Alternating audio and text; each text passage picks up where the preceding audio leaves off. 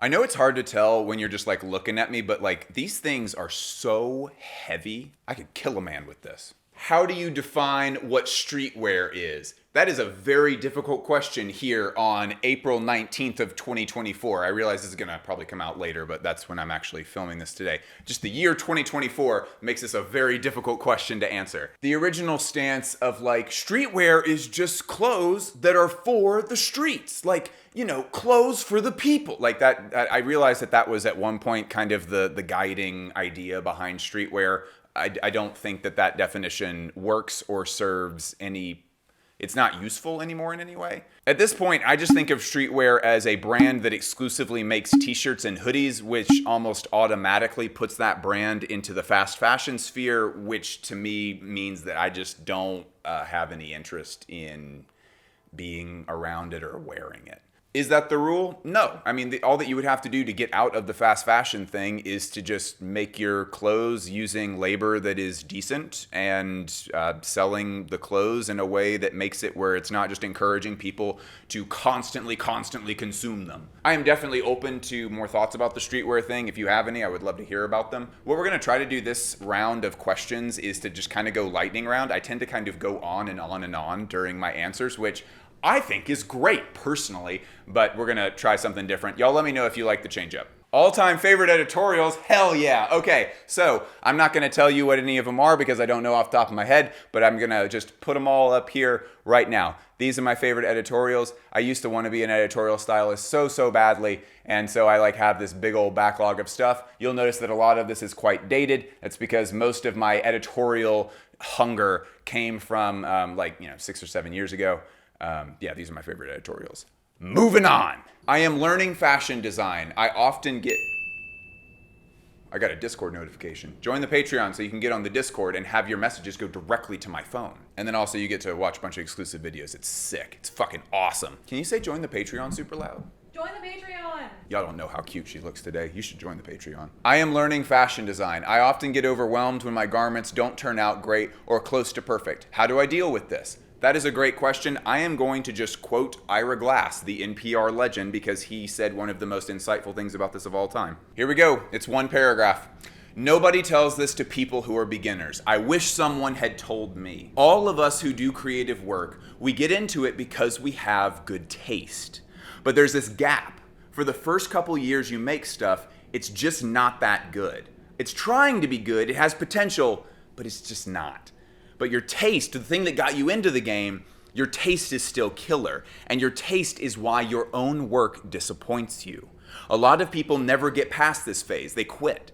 Most people I know who do interesting creative work went through this for years. I, Bliss, went through this for years. We know our work doesn't have this special thing we want it to have. We all go through this. And if you're just starting out, or you are still in this phase, you gotta know it's normal, and the most important thing you can do is do a lot of work. Put yourself on a deadline so that every week you will finish one story. It's only going through a volume of work that you will close that gap, and your work will be as good as your ambitions. And I took longer to figure out how to do this than anyone that I've ever met. It's gonna take a while. It's normal for it to take a while. You just gotta fight your way through it.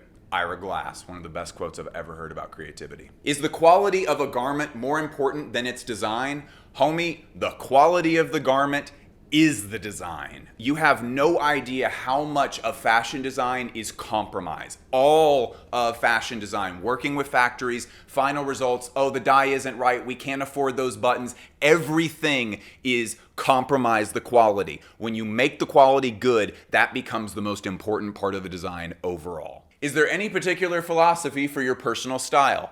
As little black as possible, focus on textiles, and make it where the garments kind of work with accessories. Right now, I just bought a top, and I really like wearing these Hermes Twillies right now. The silk feels great against my skin. I am looking forward to really ripping into these and tearing them up and letting them kind of age along with me. So I need shirts that kind of work with that when I want to like tuck them in or whatever. I need stuff that sort of accommodates wearing accessories. And I try to sample from as many different brands as I possibly can. I really do not want a wardrobe that is full of a single thing, though I am very, very tempted to do that with people like Yan Vanessa, who made this shirt. I am also tempted to do that with Shinya Kazuka, who has made, we've now gotten 4 pairs of pants by Shinya Kazuka, and we wear them all the time. So it's hard, but we try to focus as much, at least I do, focus on variety. I'm a fashion student and I love storytelling. Do you think there's a way to make a career doing that? Yes, it's hard. You're the designer.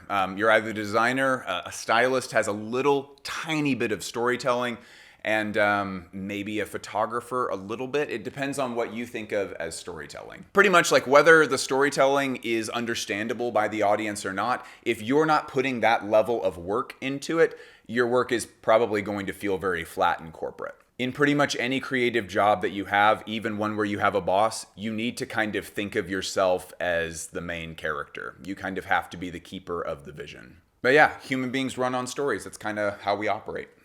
This is just a warning thing that I want to give out. Could I pursue fashion writing maybe as a master's after doing a degree in music performance first?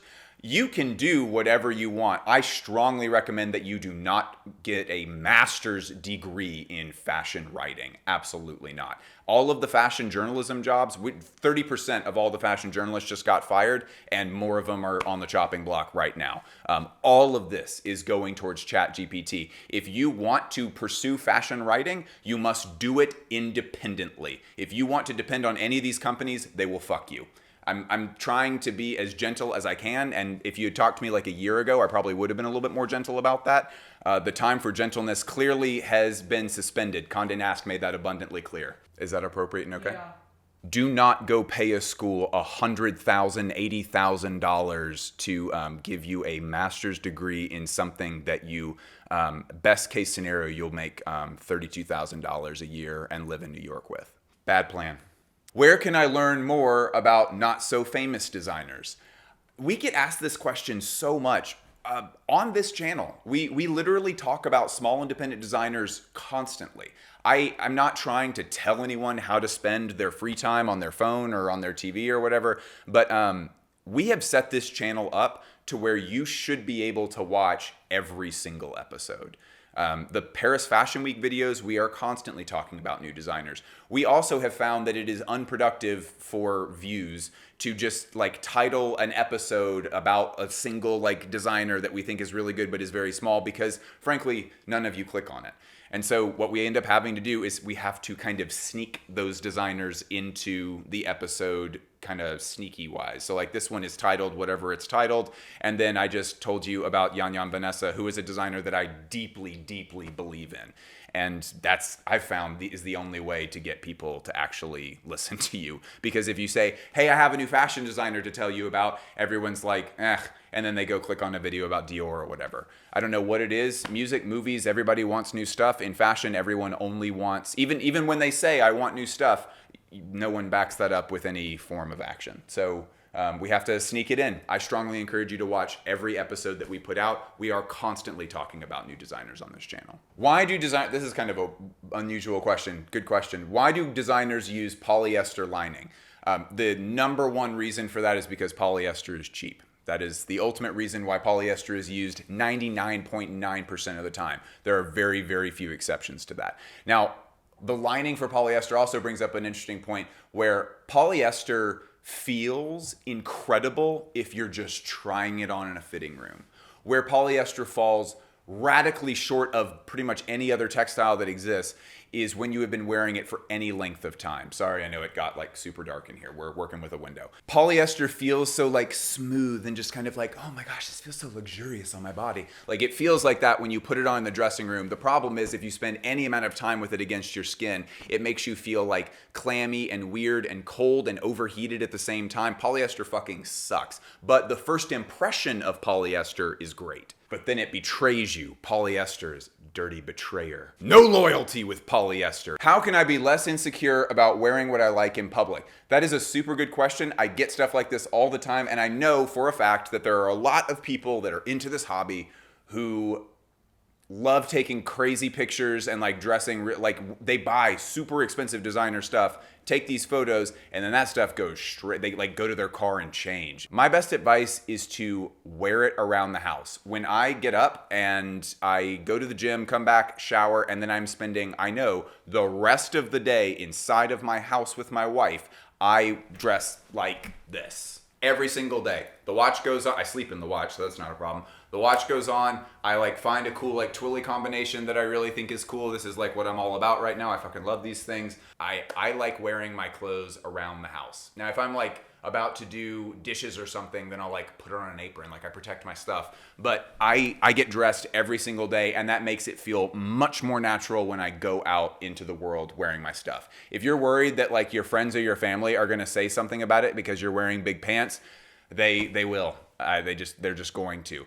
That is a funny joke if you do it twice, and then it will become, frankly, a permanent joke if you only wear it twice, and then they talk you out of it by making fun of you. And then it's like, remember when you were wearing those dumbass pants, you stupid. If it's now the 14th time that you're wearing them, then the dumb person is the person who's just kind of like, oh, yo, he got on the, this got Brad Pitt over here's got the big pants again, right, guys? Just at a certain point, it just kind of loses its funniness if that just sort of becomes who you are. And with all of my friends and family and stuff, that just kind of that's how it was. Like, it started out with me getting really skinny pants and then being like, they look like ladies' pants, they're too tight, That was in like 2006. Do you think there's a place in the industry for designers who create without a deeper purpose? Very simple answer. I'm not trying to be funny in any capacity here. There is not. We have enough clothes. If there is not a reason that you want to do this, whether that is I am obsessed with quality and I want to find a way to get more people into textiles that make them feel and look awesome, that's great. If you want to tell a story about something and you feel like fashion is the right way to tell that story, that is awesome. If it's just got to be, no, please do not be another person making sweatpants and t-shirts. We don't need it. We got plenty. Thank you. I say it with love. Can a brand be high fashion and be cheaper? Talking like $400 to $500 for a jacket. That is what I wish everything was at right now. Luxury prices, I don't think this is a mystery to anyone. Luxury prices are out of control. There are brands that absolutely should not be charging what they are charging. There's not a lot of reasons that a single garment should be over $2,000, especially considering the practices that I know a lot of these companies are doing in order to make those things. If you want to be a designer label and it's like this is more about aesthetics, and we charge, like $400 or $500 per piece or whatever, it's fine with me. That's totally cool.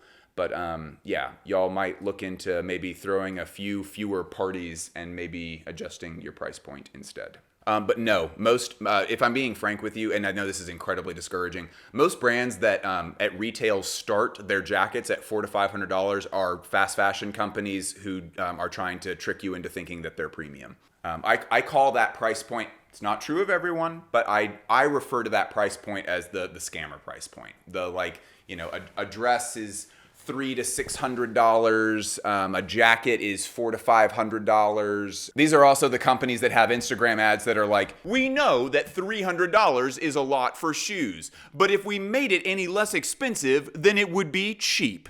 And we just don't do cheap. Yes, they do. All those companies that use that fucking ad template all are extremely cheap and overpricing everything. What is the most exciting company that we don't know yet? I love Stephanie Schneider. This stuff is incredibly cool. She's sold through Atelier Solar Shop, which is Yan Vanessa's retail arm. Really appreciate y'all being here. It means a lot to me.